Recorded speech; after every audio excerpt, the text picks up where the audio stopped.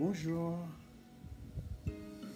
nous sommes encore en vacances et nous voulions passer un moment extraordinaire autour de la parole de Dieu, un peu en échange, parce que nous allons poser des questions, nous allons répondre à ces questions, mais ces questions mettent en valeur la personne que nous sommes, la personne que Dieu a fait de nous. Comment est-ce que Dieu, quand il nous a conçus, quels sont les principes qu'il a mis en place pour que nous lui appartenions, certes, mais que nous puissions lui appartenir avec une dynamique qui nous développe. C'est ce que j'appelle l'homme, et surtout l'esprit de l'homme. Parce que quand Dieu nous a conçus, il a dit, faisons l'homme à notre image, à notre ressemblance. Avons-nous encore cette image de Dieu? Sommes-nous aussi physique seulement, esprit seulement, âme seulement? Qui sommes-nous réellement? On va essayer de le voir. En préambule, on pourrait dire qu'il y a deux principes à la création. Il y a deux principes. Le premier principe se trouve en Genèse 1, verset 41. Que la terre produise de la verdure, de l'herbe portant de la semence. À partir de ce verset, on se rend compte que la terre est la source de toute semence et la source de toute verdure.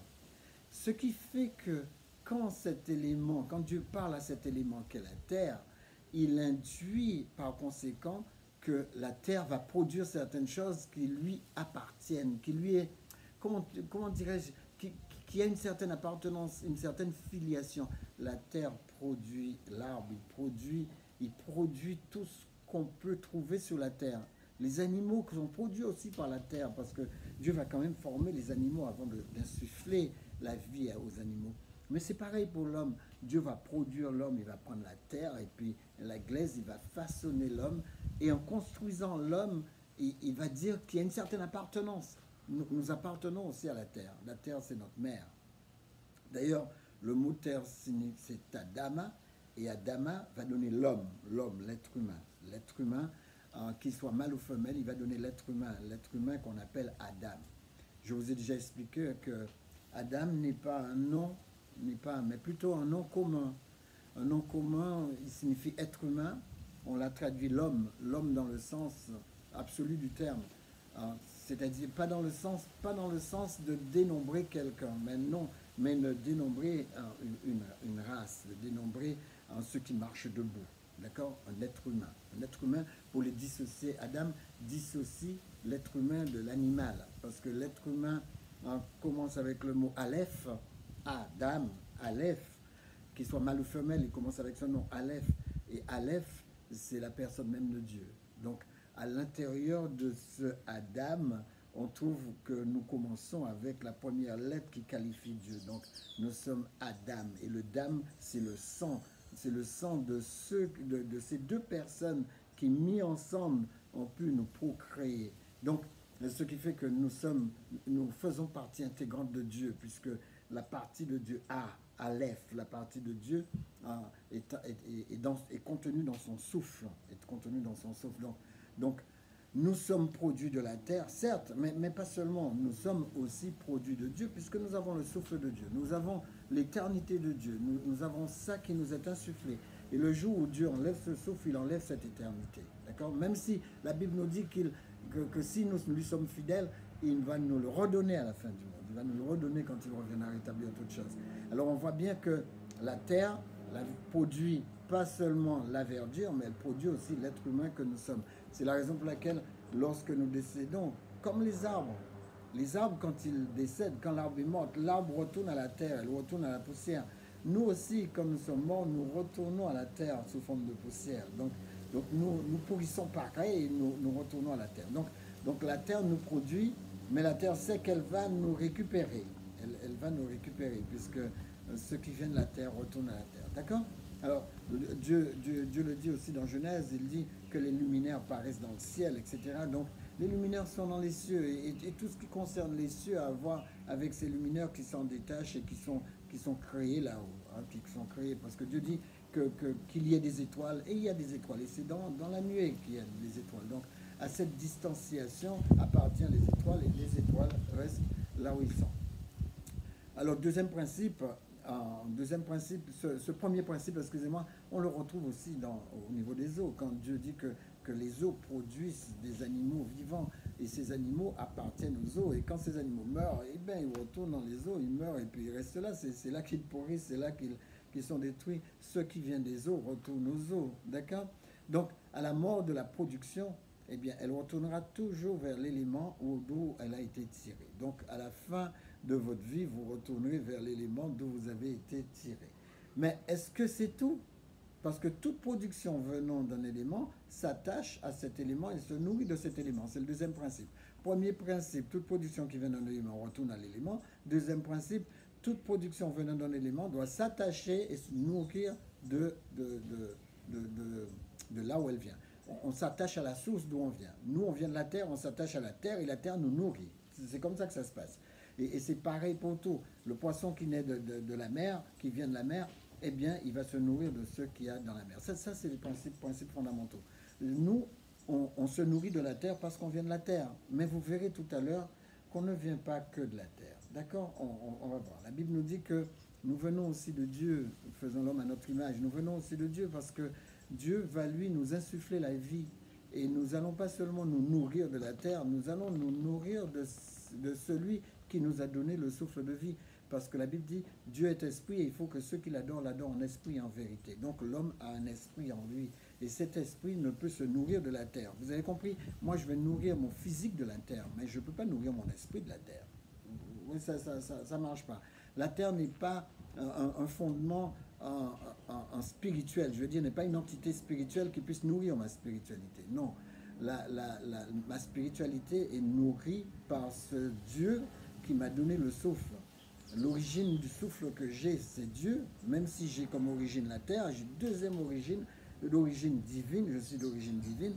Et le fait que Dieu m'ait insufflé la vie, eh bien, c'est lui qui nourrit cette vie. Cette vie spirituelle, c'est Dieu qui nourrit cette vie. Je sais que ça peut paraître difficile à comprendre, mais concentrez-vous, vous allez bien le comprendre. La terre me nourrit physiquement, mais Dieu qui m'a donné le souffle de vie nourrit cette vie spirituellement. C'est la raison pour laquelle il faut être avec Dieu, parce que si vous êtes avec Dieu, vous êtes nourris de manière équilibrée. Tandis que ceux qui ne sont pas avec lui sont malnutris, ils sont malnutris spirituellement. Et les gens qui sont malnutris spirituellement, eh bien, ils sont en déséquilibre. La Bible nous dit que d'avoir une balance, d'avoir une bonne balance, je dois avoir cette balance de me nourrir de ce qui vient de cet endroit d'où je proviens physiquement, mais je dois avoir cet équilibre de me nourrir aussi de cet équilibre spirituel dont je dépends. Je dépends de cet équilibre spirituel. D'accord? Alors, allons un peu plus loin. Nous allons essayer d'avancer un peu plus loin. La Bible nous dit que, parlons de Néphesh, il dit que Dieu nous a donné son souffle. Et son souffle signifie son esprit. Son souffle n'est pas seulement sa respiration, mais aussi son esprit, sa partie spirituelle. Donc, nous avons une partie de Dieu en nous. Donc, l'homme ayant le souffle de Dieu, il est donc esprit. Genèse 2, verset 7. Nous sommes donc esprit, nous ne sommes pas seulement physiques. Un esprit n'est pas sexué. C'est pourquoi, quand on dit Dieu créa l'homme à son image, il le créa mâle et femelle. Ou encore, dans certaines versions, il le créa homme-femme. Ça ne veut pas dire que je suis homme et femme en même temps. Non, Dieu nous a bien séparés. Il a créé l'homme, il a créé la femme. Ce sont des Adam. Ce sont des Adam. Ce sont des Adam parce qu'ils viennent de Adam.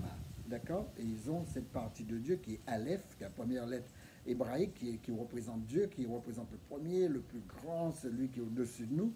Et comme nous, on commence avec ce A, Adam, donc nous sommes partie intégrante de la personne de Dieu. D'accord? Alors, c'est pourquoi la Bible dit simplement que nous sommes à l'image de Dieu. C'est ça, nous sommes partie intégrante de la divinité. Nous avons cette divinité en nous. D'ailleurs, l'apôtre Paul le dit, si je vis, ce n'est plus moi qui vis, c'est Christ qui vit en moi. Il faut vraiment faire cette corrélation. Par contre, Dieu, nous avons fait des corps distincts. Nous avons le même esprit. Une femme a le même esprit de Dieu en elle. Un homme a le même esprit de Dieu en lui. Mais Dieu nous a fabriqués avec des corps distincts. Il n'y a pas de mélange possible. On n'est pas comme les escargots. D'accord? Alors, par contre, Dieu nous a fait vraiment de manière distincte. Il n'y a pas de mélange possible. À la fin des temps, les gens essaieront de mettre une confusion là-dedans. Et d'ailleurs, nous y sommes des gens qui ont des gens maintenant, ils n'ont qu'à 300 gens, je crois, on est à 300 gens. Alors, moi, ça me fait rire. Parce qu'un enfant qui grandit voit bien qu'il y a deux gens, qu'il y a bien deux gens autour de nous. Donc, essayons de rester dans cette distinction spirituelle, cette distinction de la parole de Dieu. Parce que Dieu il est plus grand que nous et il sait quand on perd la tête. Il sait que, comme ils disent en créole, tête à yoga foucault.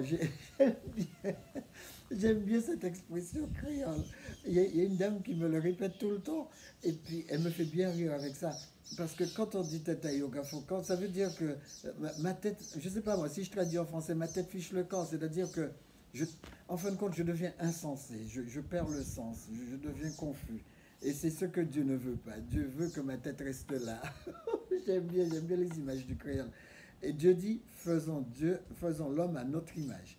Donc, ce n'est pas nous qui faisons quoi que ce soit de Dieu, c'est Dieu qui fait ce qui lui plaît de nous.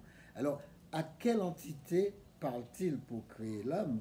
Quand Dieu dit faisons l'homme à notre image, il parle à lui-même. La Bible dit qu'il parle à lui-même.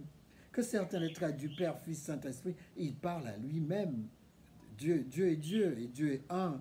Donc c'est vrai que Dieu se parle quand il dit cela. Et moi je trouve ça extraordinaire. Il dit qu'ils vont mettre les choses en marche pour pouvoir fabriquer l'homme. Donc Dieu est esprit. Alors qu'est-ce que l'homme, dit Job, pour que tu en fasses tant de cas, pour que tu daignes prendre garde à lui? David reprend exactement cette intonation. Et qu'est-ce que l'homme pour que tu aies égard à lui? L'homme, tu l'as fait de peu inférieur aux anges. Donc c'est vrai que nous avons une place extraordinaire dans la création de Dieu. C'est pourquoi la Bible dit que c'est à vous que j'ai donné le pouvoir de dominer, ce n'est pas à des anges. Je vous ai donné le pouvoir de dominer toutes choses. Dominez votre temps, dominez votre vie, dominez vos vacances. Ne faites pas en sorte que vous perdiez le nord, que vous perdiez cet équilibre, cette balance. Restez qui vous êtes. Et vous savez, l'homme est équilibré en Dieu. Il est équilibré en Dieu. De quoi est-ce que l'homme a besoin? Moi, quand je vois la beauté de ce que l'homme peut faire avec du matériel qu'il a tiré de la terre, je me dis c'est extraordinaire. Nous avons une capacité créatrice que Dieu a placée en nous. Et ce que Dieu voudrait, c'est que nous puissions faire les choses à un niveau élevé. Cherchez le haut niveau. Dieu aime le haut niveau parce que le haut niveau remet les choses en place et puis octroie à Dieu sa réputation. C'est vous qui octroyez à Dieu sa réputation. Je vous l'ai dit la dernière fois. Dans Somme 8.5, David reprend, quand je contemple les cieux, ouvrage des mains de Dieu, la lune, les étoiles qu'il a créées, mais qu'est-ce que l'homme pour que tu te souviennes de lui? Pourquoi est-ce que Dieu te souvient de nous? Pourquoi on dit tu l'as fait de peu inférieur à Dieu, tu l'as couronné de gloire et de magnificence? C'est vrai qu'on est de peu inférieur à Dieu. Moi je trouve ça extraordinaire. Dieu nous a donné, c'est pourquoi nous sommes responsables devant lui. Il nous a donné une autre réflexion, une autre intelligence, une haute sagesse. Dieu nous l'a donné. En tout cas, il l'a mis à notre disposition. Je sais qu'il y a des hommes qui n'empruntent pas cette sagesse. Je sais qu'il y a des femmes qui n'empruntent pas cette sagesse. Mais ce que j'ai envie de dire, cela n'empêche que Dieu a un super plan. Et le super plan de Dieu est plus grand qu'aucun des plans que nous puissions élaborer. Les amis, j'aime trop ce passage pour pouvoir perdre la valeur que Dieu m'a octroyée. Dieu dit, écoute Lambert, tu es un homme de valeur. Il dit, tes enfants sont des enfants de valeur. Mais pas seulement les tiens, tous les enfants sont des enfants de valeur. C'est nous qui faisons aux enfants perdre leur valeur parce que nous les orientons mal et parfois même nous les orientons bien, mais eux, ils prennent la décision par leur fréquentation de mal s'orienter. Donc l'homme a de la valeur, il vient de Dieu, pas les autres créatures. Non. Seul l'homme peut communiquer et communier avec Dieu. C'est extraordinaire. Comment l'homme esprit peut-il dominer ce qui n'est pas esprit? Parce que Dieu l'a mis en place, Dieu l'a prédit, Dieu dit, faisons l'homme à notre image, à notre ressemblance, et qu'il domine. C'est nous à gérer les poissons de la mer, nous dominons sur les poissons de la mer, nous dominons les oiseaux du ciel, nous dominons le bétail de toute la terre, et les arbres, nous les dominons, nous avons la domination sur tous les reptiles qui rampent sur la terre. Donc Dieu crée l'homme à son image, il le crée à l'image de Dieu, il créa l'homme et la femme. Vous savez, Dieu, cet esprit-là que Dieu a créé, cet esprit est aussi inclus dans l'homme mâle et dans l'homme femelle, celle qu'on appelle la femme. Dieu les bénit, Dieu leur dit, mais soyez féconds, c'est-à-dire produisez quelque chose. Pas fécond seulement dans le sens de concevoir un enfant. Non, beaucoup de gens s'arrêtent à ça. Mais le terme va plus loin. Être fécond, c'est produire quelque chose. Et ensuite, il dit, une fois que tu as produit cette chose, multiplie cette chose. Je crois que le plan de Dieu, il est plus facile qu'aucun autre plan.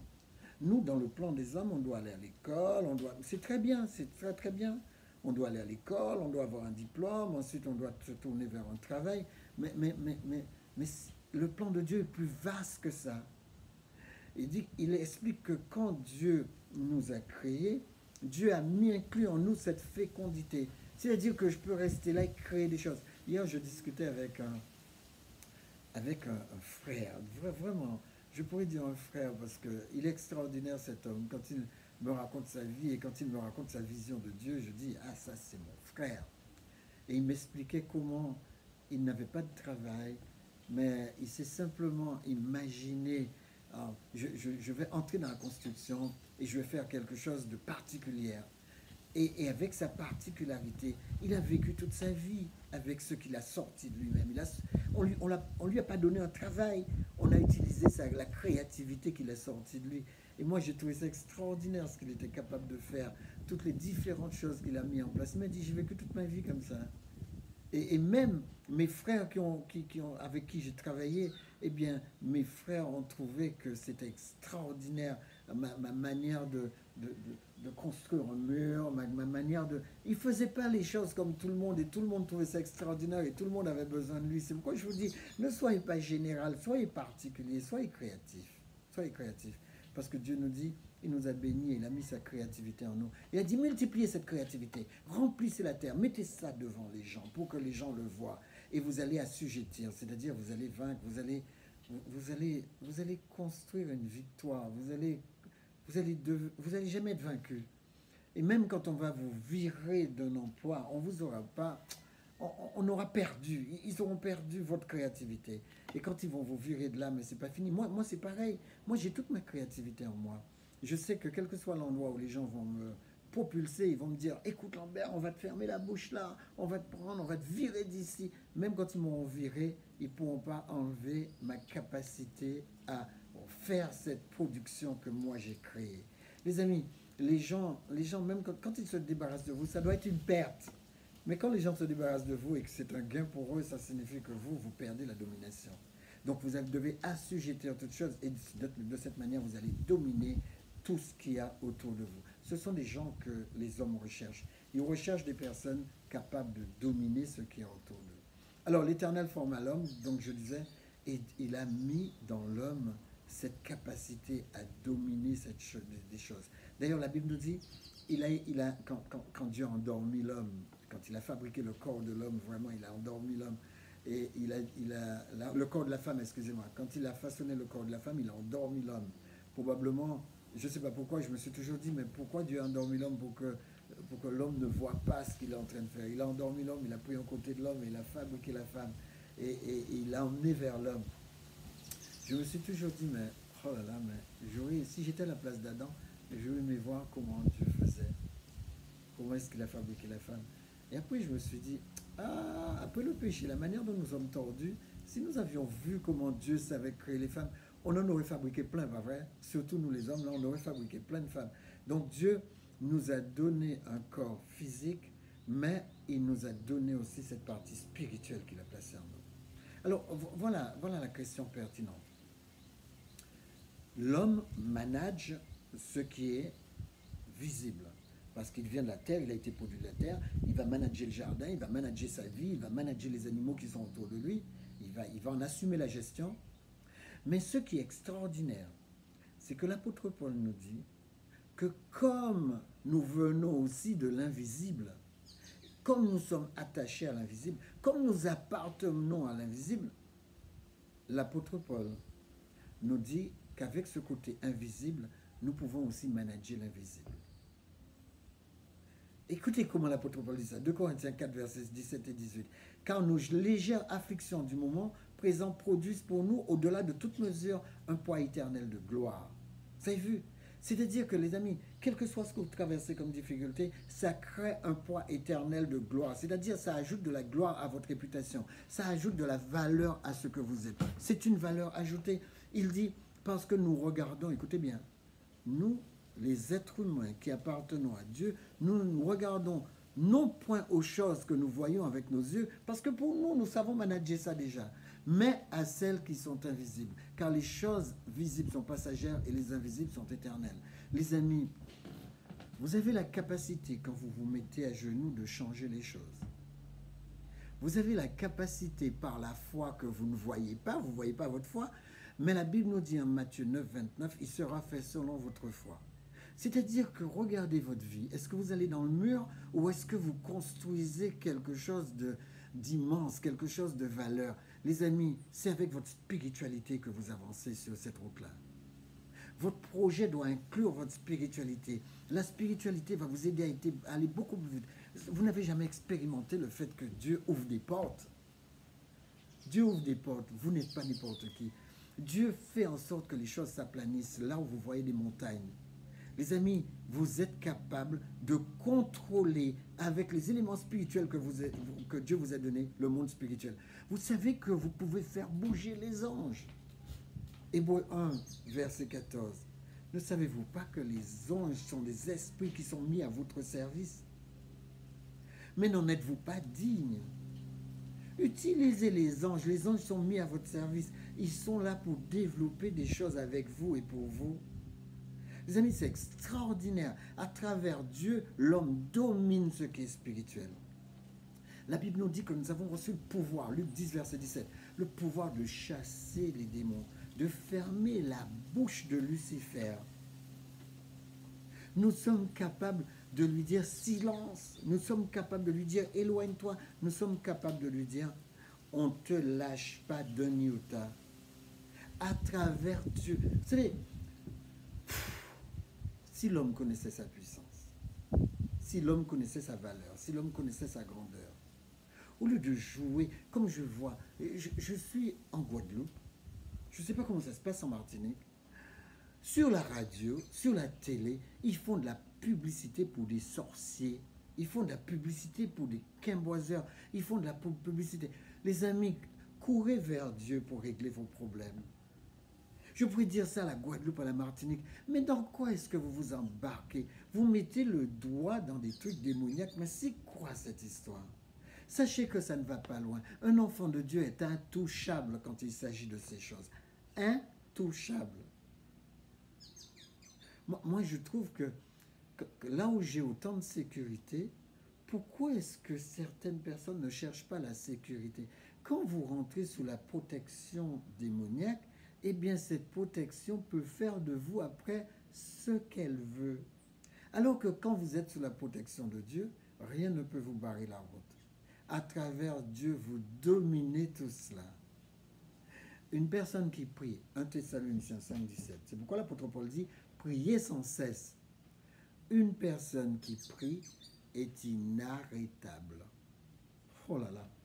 Une personne qui prie, je le répète, est inarrêtable. C'est la raison pour laquelle mettez-vous sous l'égide de Dieu. Sachez que vous avez la conception de Dieu parce que Dieu vous a conçu. Sachez que Dieu vous a donné la domination sur toutes les choses qui sont autour de vous.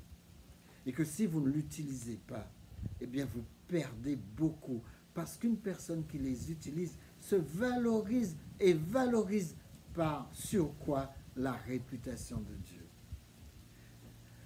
C'est une chose précieuse le temps que Dieu nous a donné. Je vous ai déjà dit que le temps c'est un pouvoir d'achat de la vie. C'est lui qui permet, c'est ce temps que vous avez qui vous permet d'acquérir les choses. Je vous ai dit que Dieu vous a donné deux choses. Le temps et la capacité de changement. Vous avez ces deux éléments qui peuvent changer votre vie et produire un usage du temps extraordinaire. Comment utilisez-vous votre temps? Ne passez pas le temps en gaspillage. N'utilisez pas votre temps en gaspillage, mais planifiez votre temps. Contrôlez le temps par la planification. vous pouvez assujettir toutes choses, même les choses spirituelles. Je le répète, même les choses spirituelles. Vous pouvez les assujettir, c'est-à-dire dominer sur eux. Et faites en sorte que cela soit à votre avantage. On dit que le temps ne peut pas être arrêté, le temps ne peut pas être ralenti. Je suis d'accord, mais le temps peut être contrôlé avec un super agenda. Alors ne gaspillez pas le temps, n'abusez pas du temps, ne dilapidez pas le temps. L'usage du temps est une grâce de Dieu. Vous êtes une personne spirituelle. Utilisez votre temps spirituel. Ne perdez pas votre journée. Nous pouvons faire du temps ce que nous voulons si nous élaborons un plan et si nous restons sérieux dans l'application du plan. Vous avez mes vidéos, écoutez-les, repassez les vidéos, faites en sorte de pouvoir concevoir votre vie, valoriser votre vie. C'est pareil pour votre santé, concevez votre santé, valorisez votre santé. Vous savez ce qui est extraordinaire avec la vie, c'est que la vie est prédictible. Ce que vous mettez dans la balance, c'est ce que vous aurez. Alors utilisez cette prédiction de la vie et faites en sorte que ce soit à votre avantage. Et vous savez ce qui va vous arriver si vous savez bien appliquer un plan, que ce soit un plan spirituel, un plan matériel, un plan ne serait-ce qu'au niveau de votre âme. Et quand je dis au niveau de votre âme, je parle au niveau de votre pensée. Boostez votre pensée, boostez votre intellectuel. Faites attention d'appliquer un plan de réussite. Et votre année ne ressemblera plus jamais à vos années passées. Les amis, vos années vont devenir ce que vous en ferez. Et ne croyez pas que les vicissitudes de la vie peuvent plomber votre vie. Non, non, non. Utilisez-les à votre avantage. Dieu, il dit qu'il a un plan pour nous. Entrez dans ce plan. Parce que Dieu sait très bien que sans plan, nous ne pouvons pas le représenter. Et vous savez ce qui intéresse Dieu? C'est son nom qui l'intéresse, c'est-à-dire sa réputation. Dieu fera tout pour que sa réputation passe à travers vous. Il veut faire de vous des personnes de qualité, car les gens de qualité ont un avenir. Dieu sait que s'il met en place, s'il devient votre plan, il sait que s'il devient, si vous dites, au lieu de faire mon plan, je vais faire le plan que Dieu a imparti pour moi de la création du monde. Il dit, si vous faites appel à lui de tout votre cœur, eh bien, il va enfin pouvoir asseoir son plan dans votre vie. Les amis, sachez que tout ce que Dieu a mis en place, vous pouvez l'avoir, vous pouvez l'acquérir afin de pouvoir conquérir, avoir une vie de valeur, avoir une vie, je pourrais même dire une vie de succès, je peux utiliser le mot succès biblique. Une vie de succès, c'est une vie où il ne vous manque rien. Donc je peux inclure aussi ce mot. Alors, faites de votre vie la qualité que Dieu a inscrit à l'intérieur de vous. Maintenant, ce n'est plus moi qui vis, c'est Christ qui vit en moi. Rappelez-vous ce que dit l'apôtre Paul en Galates 5, 22. Maintenant, c'est plus moi qui vis, moi écoutez, j'ai vécu, maintenant je laisse Dieu vivre à ma place. Je laisse Dieu prendre les choses en main et je le laisse parce que je vois le succès qu'il a quand il manage la vie que j'ai. Mes amis, que Dieu vous bénisse. Que Dieu vous aide pendant ces vacances à faire un retour sur vous-même, à remettre les choses à la bonne place et surtout, que sa bénédiction se concrétise dans votre vie. Éternel, ton Père Céleste, merci pour ta grandeur.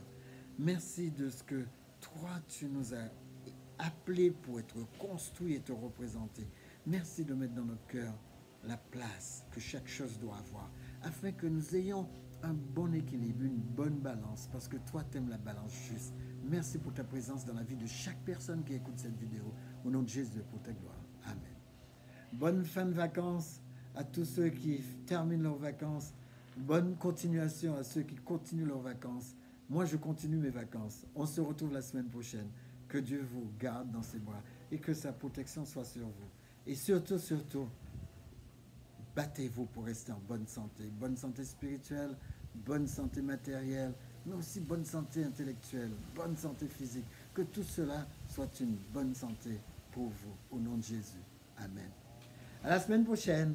Dieu vous garde, Dieu vous bénisse.